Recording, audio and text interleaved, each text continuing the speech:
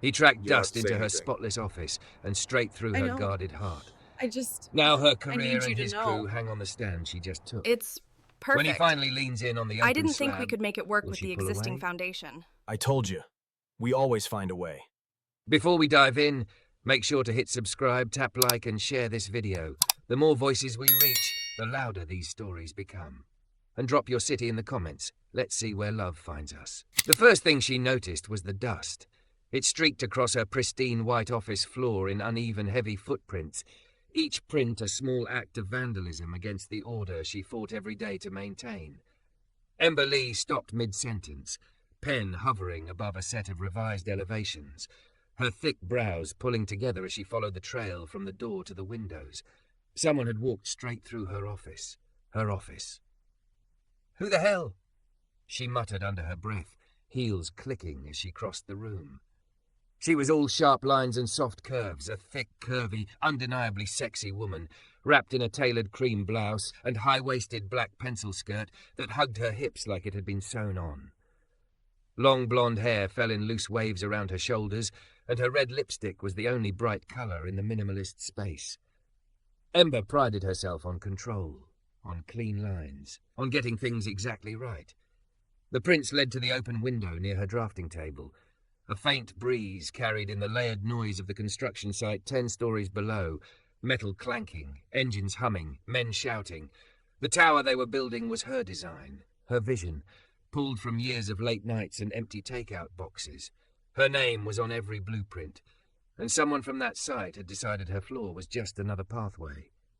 Ember's jaw tightened. She turned, stormed out into the hallway, and nearly collided with a broad, dark chest. She stopped short. He didn't. He reached out, quick, steady, and caught her elbow before her heel slid on the polished concrete. "Easy," he said, voice low and rich, like sound that rolled instead of snapped. She looked up sharply.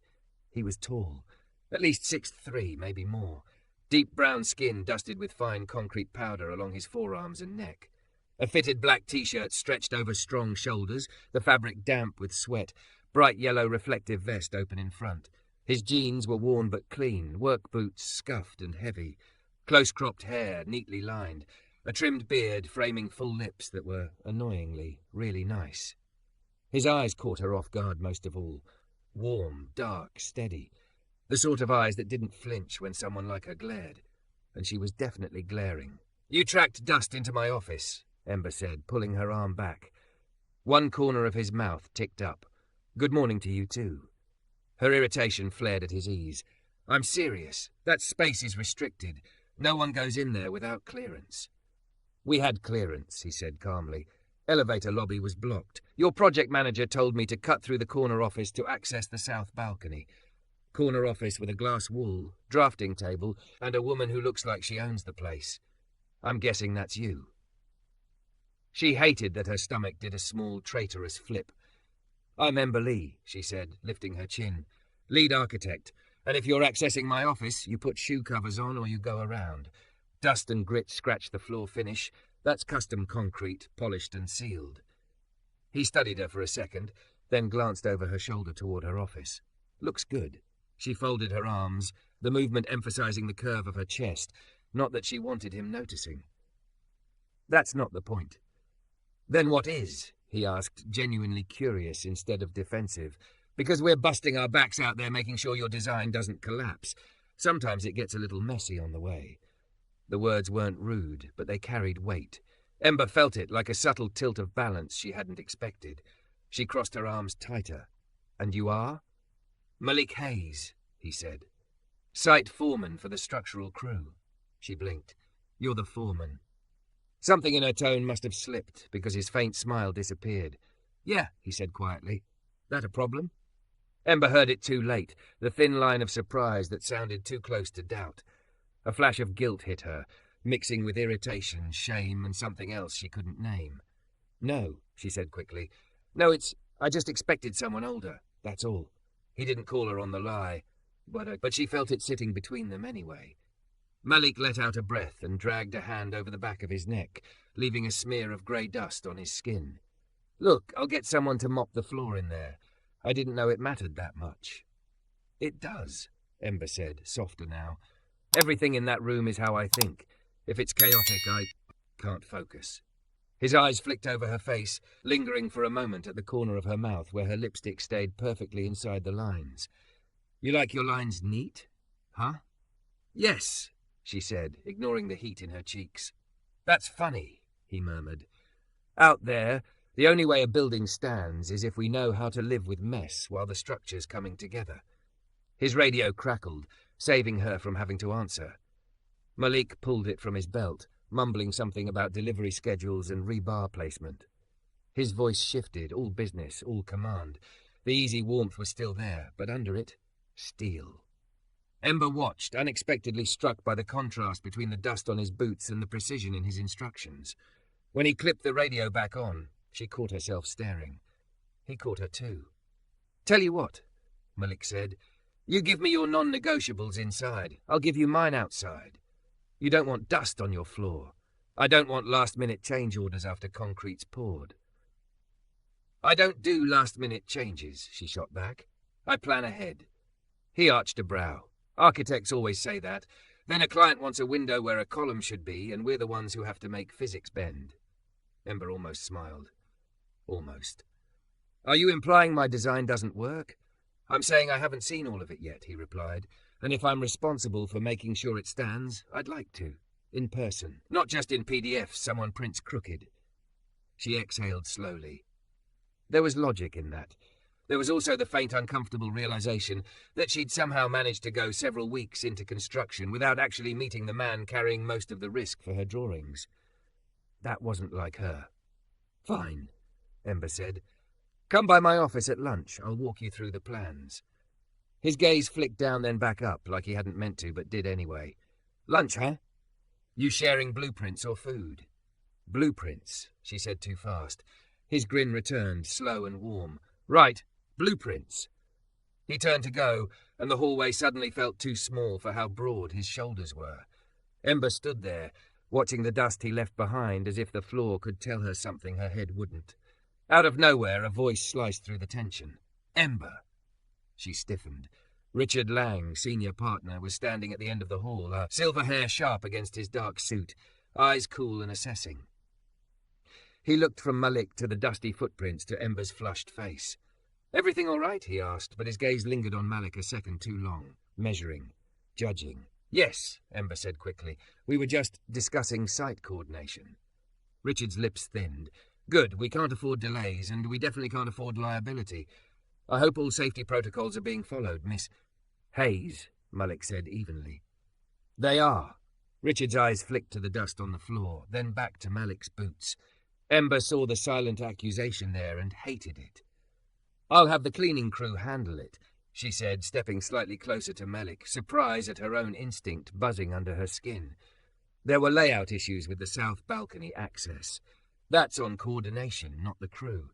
Malik glanced at her, something like surprise passing through his eyes. Richard's gaze cooled another degree. We'll discuss this later, Ember, in my office. He left without another word. Silence settled between her and Malik, thicker than the dust between their shoes. You didn't have to say that, Malik murmured. Yes, I did, she answered. It was true. He studied her for a beat, and this time she didn't look away. Something shifted in his expression, respect, curiosity, and a softness she hadn't expected aimed at her. See you at lunch, architect, he said quietly. Ember watched him walk back toward the service elevator, each footstep leaving a faint trail of dust. For the first time since the project began, she realized the line between her world and his wasn't a doorway or a glass wall. It was thinner, more fragile. And somehow, with every step he took, he was tracking more than concrete dust into her life. He was tracking something she'd locked away long ago, something that felt dangerously like the start of a heartbeat she couldn't control. Ember spent the whole morning trying not to look at the clock. Every time she told herself to focus on the structural load calculations or the facade details, her thoughts slipped back to dusty boot prints and a pair of dark, steady eyes that hadn't flinched from her glare. By 11:53, her office was spotless again. She'd had the cleaners scrub the floor twice. Then she'd gone over the worst streaks herself on her hands and knees, furious with the fine grey film that refused to disappear. and even more furious with the image of Malik's thumb brushing the back of his neck, leaving that same dust on his skin. She checked her reflection in the glass before she could stop herself. The cream blouse was gone. Now she wore a deep navy wrap top that hugged her full curves, paired with tailored high-waisted trousers that emphasized her waist and hips. It was still professional. It was also not an accident. Ridiculous, she muttered, smoothing an invisible crease. He's a foreman, Ember. You're the architect. This is about work. Her stomach chose that moment to growl loudly. She glanced at the untouched salad on her desk, ordered, delivered, and promptly forgotten. Appetite had never been a problem before this project. Now every meal tasted like anxiety, like deadlines and expectations and Richard's thin smile. A soft knock sounded on the glass wall. Ember turned. Malik stood in the doorway, one hand resting lightly on the frame. Her eyes dropped automatically to his boots. He'd covered them. Blue disposable shoe covers stretched over the leather, dust smudged across the plastic instead of her floor. Something in her chest loosened. "You happy?" he asked, mouth tilting into a half-smile. She lifted her chin, fighting her own smile. "It's a start." He stepped inside. The rustle of plastic over concrete strangely gentle. Up close, he looked even bigger in her small, controlled space, shoulders filling the doorway for a moment before he moved fully into the room. He carried a rolled set of drawings in one hand and a small brown paper bag in the other. "I brought the revised structural prints," he said, lifting the tube. "And lunch, in case you forgot to eat." "I didn't forget," she said automatically, then glanced at the untouched salad on the corner of her desk and winced. His eyebrows rose. "Okay," she admitted. "I forgot to want to eat." "That's not better," he murmured. "You mind if I set up at your table?" She gestured to the drafting table by the window. "Go ahead." He crossed the room with easy, grounded steps, spreading the drawings out with practiced hands. Ember's gaze snagged on the flex of his forearms as he anchored the corners with metal clips, veins standing out against dark skin speckled with fading concrete dust. His t-shirt was the same black as yesterday's, but this one was clean. The reflective vest hung open, exposing the solid line of his chest. She tore her eyes away and joined him at the table, grabbing a pencil like it was armor. "Walk me through your non-negotiables," he said. "My what?" "You said your office is where you think," he reminded her. "So tell me what can't move, what has to stay exactly how you pictured it. Then I'll show you the parts where the real world might fight back." Ember exhaled slowly, letting her gaze fall over the blueprint, the south balcony, the cantilevered corners, the slender columns she designed to make the structure look like it was floating. "This," she said, tapping the outer edge. "The light, that view. I want people to stand here and feel like the city opens up under their feet instead of closing in." He leaned closer, following her finger. The warmth of his body brushed against her arm, and she tensed, but he didn't pull back. His voice dropped. "So this line is the edge of the dream," he said quietly. "What's holding it up?" "The cantilevered beams here," she replied, regaining her footing in the numbers. "Steel, hidden within the floor plate. We've got safety factor to spare." He nodded slowly. "On paper." Her jaw tightened. "You think I didn't calculate it?" He shook his head. "I think you calculated it for ideal conditions. Perfect steel, perfect welds, no wind gusts, no one ever overloading the balcony during an event." She bristled, and then he unrolled a smaller detail section, one she hadn't seen yet. Her breath caught. "You drafted this?" she asked. "Yeah," he said. "Based on your concept. Added some reinforcement here and here." His pencil moved, thick fingers steady as he traced a line. "If we thicken the supporting wall by just 2 inches and hide an extra brace behind your facade panels, no one sees it. But the structure doesn't flinch if someone decides to throw a rooftop party with 50 extra people." It was good. It was really, really good.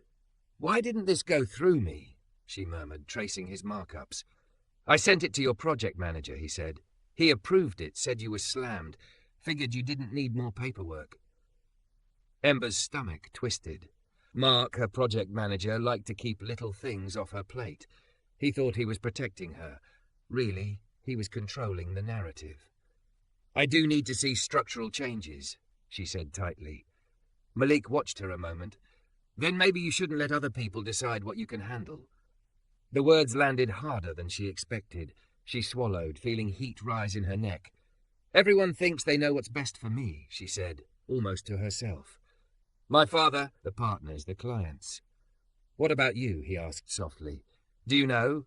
Her laugh came out brittle. I know if this project fails, it's my name on the cover sheet. My family's firm, my reputation, so I can't afford mistakes. He reached for the paper bag and set it between them, breaking the intensity. Eat, he said simply. She blinked. You're very bossy for someone who reports to my company. He smiled faintly. You're very tired for someone who's supposed to be building the future. He pulled out 2 foil-wrapped sandwiches and a container of cut fruit. The smell of roasted chicken and herbs filled the room, her stomach answering before her pride could. I'm not hungry, she started, and then her own traitorous body betrayed her with a loud growl. Malik's smile widened. You were saying? Heat flooded her cheeks. She reached for one of the sandwiches just to end the moment. The first bite hit her like oxygen. Warm, savoury, simple. This is good, she mumbled around the food. My sister's recipe, he said. She runs a little catering thing on the side. I help out when I'm not working weekends. She'd be offended if you called it anything less than amazing. You cook? Ember asked before she could stop herself. Yeah, I learned early, he replied. My mom worked nights. Dad was on site from dawn. Someone had to make sure my little brothers didn't live on cereal. Something softened in his voice when he said Dad. Ember leaned in before she realized she was doing it. He in construction too? She asked. Malik's gaze dropped to the plans. Was ironworker. He loved watching steel go up, said it was like drawing lines in the sky. There was pride there, and grief. What happened? She asked quietly. He hesitated. She almost told him he didn't have to answer. Bad fall, he said finally.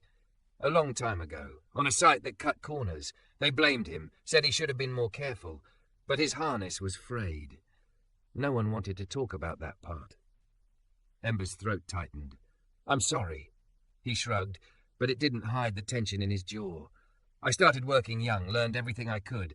If I'm on a site, I don't let that kind of thing slide. She looked at the reinforced detail he'd drawn, the 2 extra inches, the hidden brace. Suddenly, the markup wasn't just a technical improvement, it was a promise. You ever think of being an engineer? She asked. Did a year of school, he admitted. Had to drop out when my mom got sick. Bills don't care about degrees. She stared at him, mind flipping through years of colleagues who assumed anyone not in a suit didn't understand the math. She thought of the way she'd looked at him in the hallway yesterday. You're doing their job, she said softly. And standing in dust instead of behind a desk. Someone's got to do both, he replied, and the dust doesn't bother me. It bothers me, she said automatically, then caught herself. He laughed, low and warm, and the tension eased. Yeah, architect, I noticed. Her phone buzzed on the desk. She ignored it. For the first time in weeks, the knot under her ribs was loosening. They ate in companionable silence for a few minutes, the only sounds the rustle of paper and the distant clanging from the site below. You should come down more, Malik said eventually. To the site? She asked. Yeah, you've been down once since we broke ground. You see the building on paper. You haven't felt it yet. I don't have time to wander around in a hard hat, she said. His eyes held hers. You don't have time not to. You want this thing to stand the way you dreamed it? You need to see what your lines look like when they're 3 stories high and swaying in the wind. She pictured herself in a hard hat and steel-toed boots, her curves wrapped in a neon vest instead of silk and tailoring. The image felt wrong and right at the same time. I'd be in the way, she said weakly. You'd be in your building, he countered. There's a difference. Her phone buzzed again, more insistent this time. Ember snatched it up with a sigh, glancing at the screen. Mark, she almost let it go to voicemail, then saw the preview of the message. We've got a problem on level 14. Structural crew stopped work. Malik's refusing to proceed without you signing off. Richard's furious. Call me. Her pulse spiked. She looked up at Malik. He was already checking his radio, jaw set. Level 14, she asked. He met her eyes. They want to rush a pour. I told them no. Why? She whispered. Because something doesn't feel right with the load transfer, he said, and I'm not losing anyone on your building. The world narrowed to the space between them, to the dust on his vest and the certainty in his voice. Come down. he said quietly. See it with me, then decide. Her heart hammered against her ribs. This was risk. This was responsibility. This was stepping out of the clean, controlled lines of her office and into the mess of real consequences.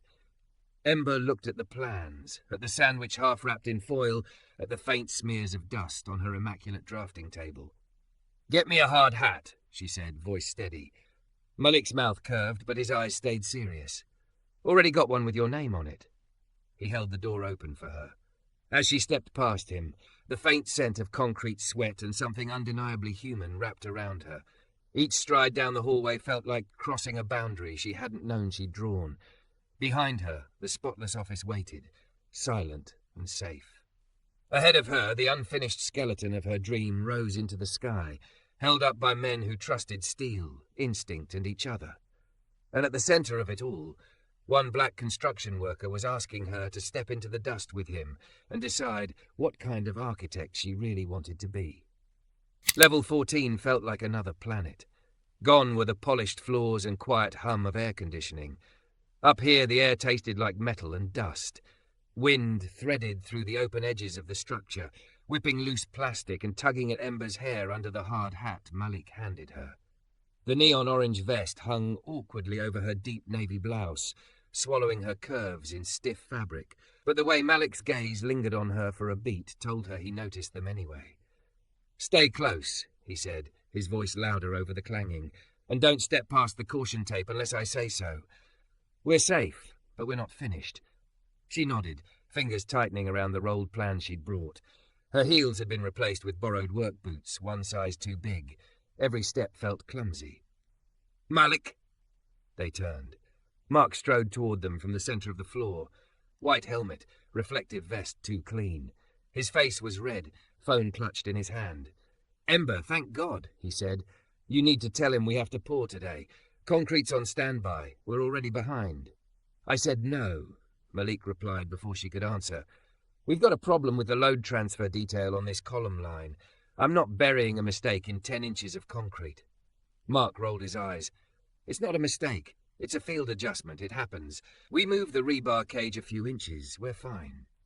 A few inches in the wrong direction is how decks drop, Malik said calmly. The bars are tied wrong on the south edge. They're not matching the plans. Ember felt a jolt of anger. Why are they tied wrong? The shop drawings were unclear, Mark said too quickly. Look, the inspectors cleared the lower levels. We're just mirroring the same pattern. Malik shook his head. The load changes here. 14's the first level with the balcony cantilever.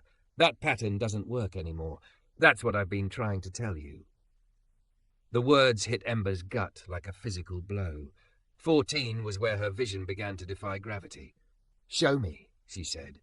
Malik's expression shifted, something like relief flashing beneath the tension. He led her carefully toward the south edge, staying between her and the open perimeter. The rebar already crisscrossed in a dense grid, steel glinting in the muted daylight. Here, he said, pointing. You've got a heavy transfer beam in your design, picking up the balcony load and carrying it back to this line. But these bars... He tapped the tied cage with a gloved hand. They're rotated wrong. They're not tying into the column the way your detail shows.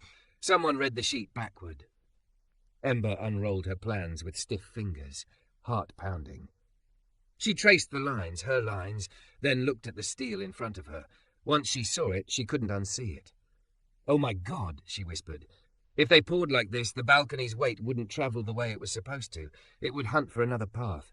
And buildings, she knew, punished arrogance. You caught this from feel? She asked, throat tight. Malik nodded slowly. And from your drawings.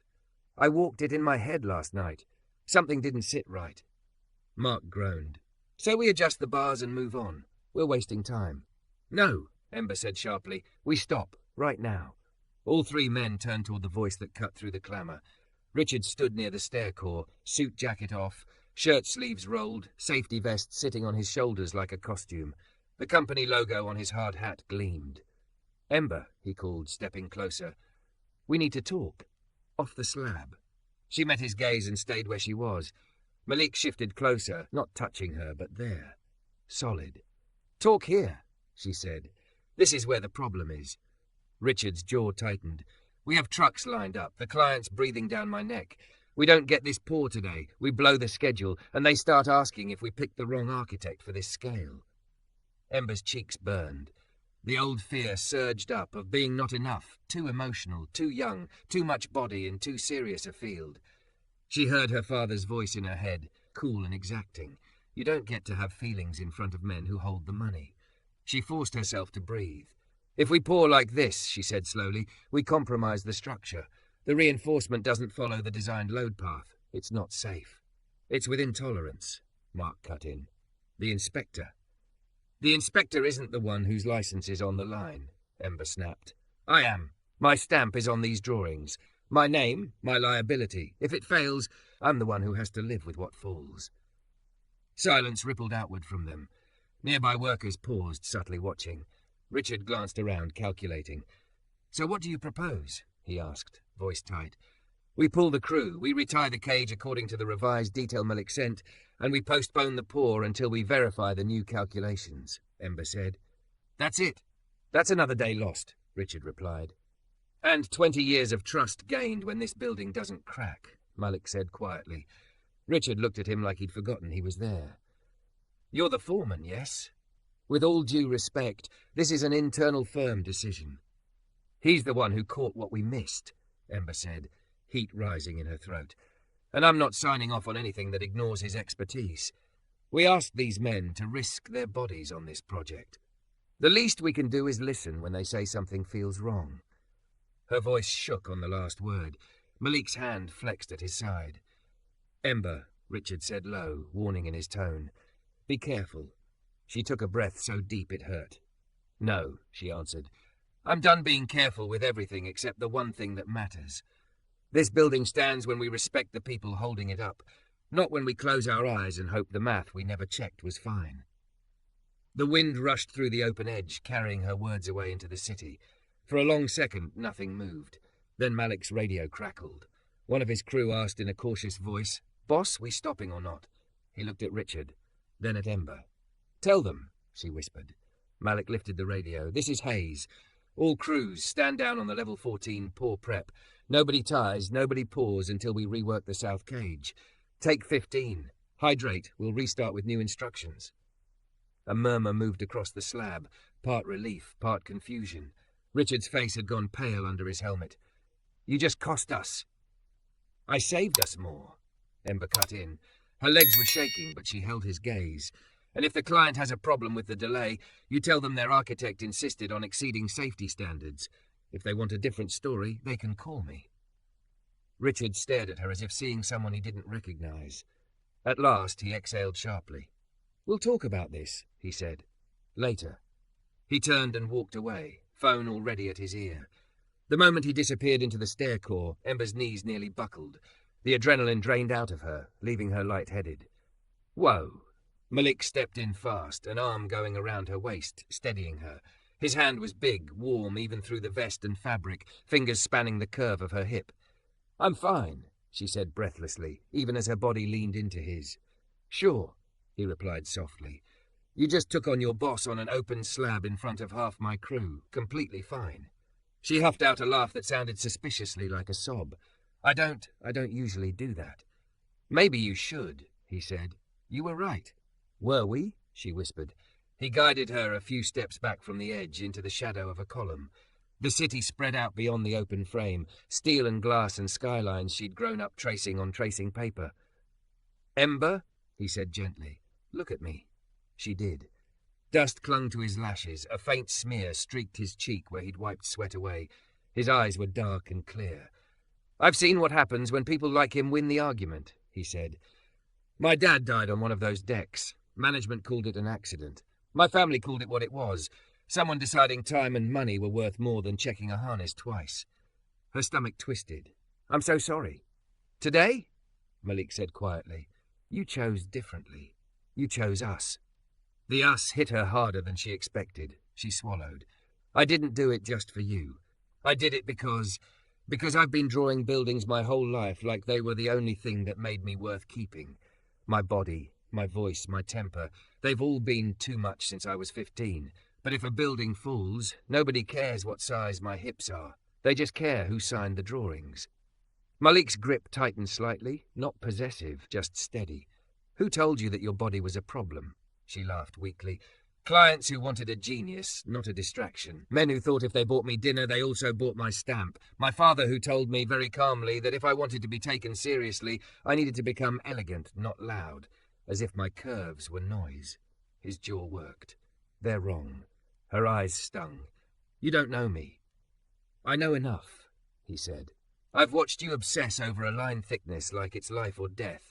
I've watched you defend my crew when it would have been easier to stay quiet. You're big, in all the ways that matter. That's not a flaw. Tears blurred her vision. She blinked them back, furious with herself.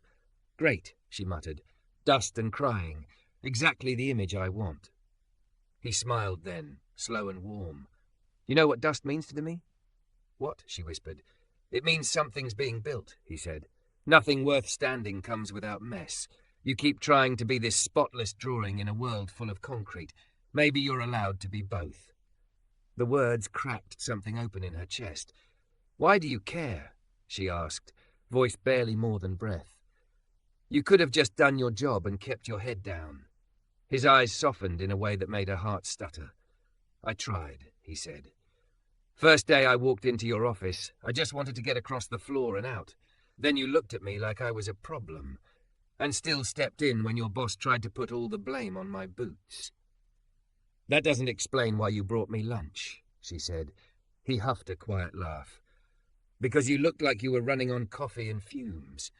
And because, somewhere between your lines on these plans and the way your voice changes when you talk about light, I realized I was tracking more than dust into your office. Her breath caught. Malik, my feet brought the dirt, he went on softly. But my heart keeps following you in there whether I mean it to or not. The world narrowed to the space between them, their vests brushing, his hand warm at her waist, the faint grit under her boots, the open sky framing his shoulders. This is a bad idea, she whispered, even as her fingers curled lightly in the fabric of his vest. Probably, he agreed. You're my project's architect. I'm your foreman. Whole tower between us. Whole tower we're building together, she corrected. They stood there, suspended, the air humming with things unsaid. Somewhere a hammer struck metal. A distant shout echoed. Tell me to stop, he murmured. She thought of her father's voice, of Richard's thin smile, of all the rooms where she'd made herself small to fit in. Then she thought of the way Malik had looked at the mistied bars and refused to pour concrete over a lie. I don't want you to stop, she said. His hand slid from her waist to the side of her face, rough thumb brushing a trace of dust from her cheek. He bent his head slowly, giving her every chance to move away. She didn't. The kiss was not cinematic, not perfect. Their hard hats bumped, she almost laughed. His mouth was warm and careful, tasting like coffee and something steady. He kissed her like the first line on a blank page, deliberate, full of intention. When they parted, her heart was slamming, but the fear was different now. Less trapped, more alive. Tomorrow, he said, forehead resting lightly against hers, we retie that cage and fix the detail. Next week, we pour. Next year, people stand on that balcony and don't even know how close they came to a shortcut. And us? She asked, surprising herself. He smiled softly. One step at a time. We finish this building, we see where the dust settles. But Ember, yeah? I'm done pretending my heart isn't already walking into your office every chance it gets. Later, back in her glass-walled space, her office wasn't spotless. There were boot prints again, less dramatic, but there. A faint powdery smear on the floor by her drafting table. A thumb-sized streak near the edge of her desk where Malik had leaned to point something out, hand too close to hers. Ember stood in the doorway, looking at the mess. Her old self reached automatically for the mop in the corner. Her new self paused, hand hovering over the handle. She let it fall back to her side. For the first time, she let the dust stay a little longer. Tiny, stubborn evidence that perfection wasn't the only way to be safe. That messy footprints might be the truest sign that something strong and real was being built beneath her feet. Outside, on level 14, the city wind moved through steel and scaffolding, carrying the echo of a man's laugh and the soft promise of a life she hadn't dared draft for herself yet. One where a black construction worker tracked dust into her office, and the white architect, finally let herself follow his heart instead of just her lines.